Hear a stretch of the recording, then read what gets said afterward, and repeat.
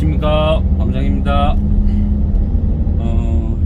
오늘은 6월 25일 일요일 아침입니다. 그리고 이 6.25거든요. 6.25에 또 그 우크라이나, 러시아 이 사태를 바라보는 이 느낌도 좀 색다릅니다. 지금은 이 거리는 조금 익숙하죠. 그 신라대에 공부하러 가는 중입니다. 우리 이상수님이 질문해 주신 그 대체육, 배양육 이 부분은 제가 약간 관심이 좀 덜했거든요.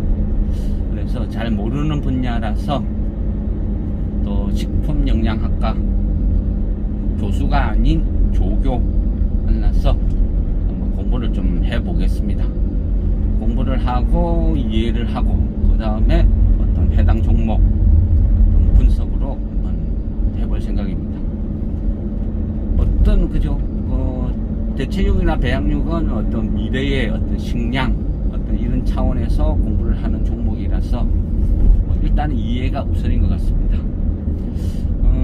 우리 그 금요일 말씀드렸던 그 KSS 해운 이 종목도 바닥이고 하니까 그냥 한번 일단은 보초 정도로 한번 생각하고 주의를 지켜보자 이래 말씀을 드렸는데 그죠? 생각지도 못하게 금요일 6시 오후 6시 18분에 한국경제신문에서 기사가 하나 났더라고요.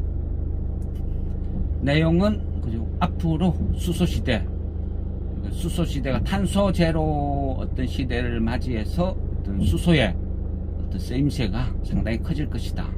그래서 국내 업체는 뭐 롯데, LG, 뭐 SK 이런 쪽에서 대기업에서 군침을 흘리고 있다. 그러면 수소를 생산하는 어떤 방법은 지금은 어떤 대세가 암모니아로 가죠. 근데 암모니아를 가는 이유가 그 운반의 문제라 그랬죠. 운반. 어떤 식으로 얘를 운반을 할 것이냐. 그래서 어떤 기체 상태로 어떤 운송을 한다는 것은 비경제적이기 때문에 액화를 시키는 거죠. 그래서 수소를 액화시키는 것보다 암모니아를 액화시키는 게 훨씬 경제적으로 10배 이상의 어떤 차이가 나니까 그 부분을 해소하기 위해서 액화 과정에 어떤 그 암모니아로 변하는. 그러니까 요거는 그저 여러 번 공부했죠.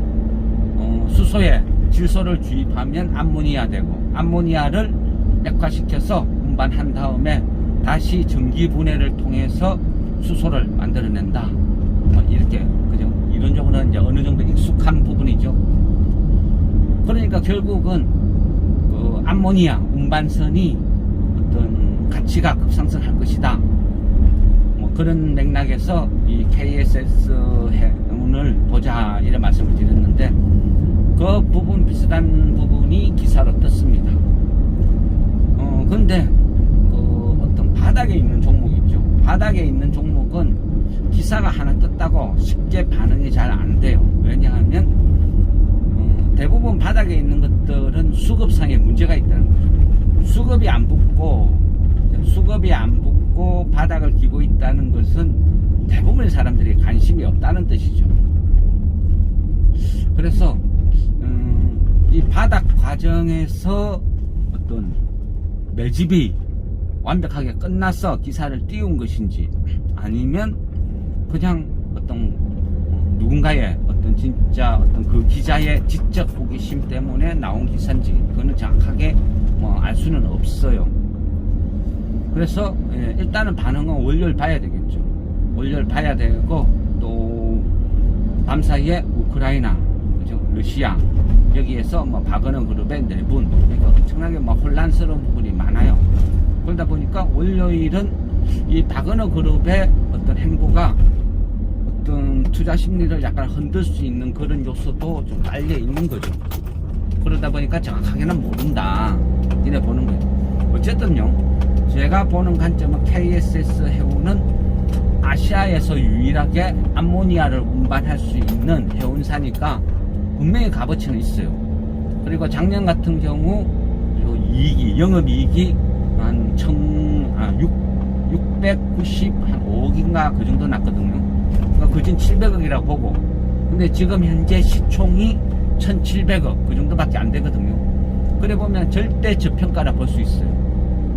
절대 저평가 구간이고 바닥에서 놀고, 그러니까 이런 종목은 뭐 무서워할 필요가 없죠.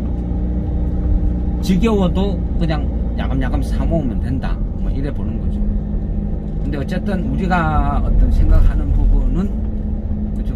분할 매수로 천천히 매수를 하자 했는데 생각하지 못한 기사가 나와서 이게 갑자기 또 급등해버리면 어쩌나, 뭐 이런 뭐 우려죠. 근데 그럴 때는 어쩔 수가 없어요. 그죠? 1차 매수를 고려했는데 뭐 호재성 기사가 나와서 주가가 급등을 한다, 그러면요 그냥 깨끗이 포기하는 거죠. 막 급등을 했는데 그걸 추격하는 거, 그거는 저는 별로 좀 안 좋은 방법이라 생각합니다. 어쨌든 이런 종목을 그 바닥에서 아무도 안 보는 것을 어떤 관심을 갖는다 하는 것은 그 투자죠. 투자 개념. 뭐 오늘 오를지 내일 오를지 뭐 일주일 후에 오를지 그건 아무도 몰라요. 아니면 추가로 빠질 줄도 모르고. 그렇지만 어떤 가치 투자라 하는 것은 접근 방법이 그렇다는 거죠. 어떤 기업의 가치를 알고 저평가 구간이라고 하면 이 저평가 부분이 과연 해소가 될 것인가, 그 전망을 해보는 것도 사업 전망. 그런데 앞으로는 수소 시대가 열릴 것이고 암모니아의 가치는 많이 그저 변한다, 그래 말씀드렸잖아요. 그런 맥락이면 충분히 뭐 어떤 투자를 하고 기다려볼 어떤 그런 메리트는 있다, 이래 보는 거죠. 그런 관점에서 보시면 좋겠습니다. 그리고 어쨌든 이 종목 KSS 해운은 일단은 그죠, 월요일 어떻게 되나 지켜보는 거죠. 근데 다행히 뭐 어떤 그래 큰 반응이 없으면 뭐 주매를 하는 것도 방법이고, 또 어떤 미보유자분들은 1차 매수를 하는 것도 방법이고. 근데 어떤 경우에도요, 뭐 수급이 안 붙은 이런 바닥주는 언제 오를지 또 추가로 떨어질지 모르거든요. 그러니까 항상 비중은 많이 실는 게 아니고 적당량, 본인 입장에서 그냥 묶여 있어도 별 부담 없을 정도의 어떤 액수만 베팅을 하는 거죠.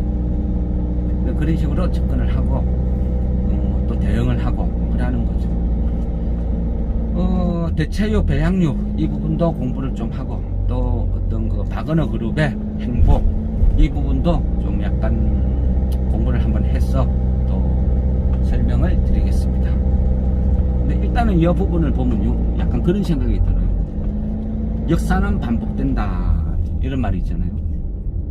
근데 그 이번 박은호 사태를 보니까 제 입장에서는요, 위화도 해군이 머릿속에 떠오릅니다. 어쨌든요, 우리가 이 사태를 막 악재로 공포로 느낄 게 아니고 항상 그래요. 어떤 사태가 벌어지면 주식쟁이는 이 부분을 주식으로 해석하는 어떤 그런 부분도 필요합니다. 그동안에는 가능성으로 움직였던 우크라이나 재건 이 부분이 어쩌면 조금 빨리 진행될 가능성도 있어 보입니다.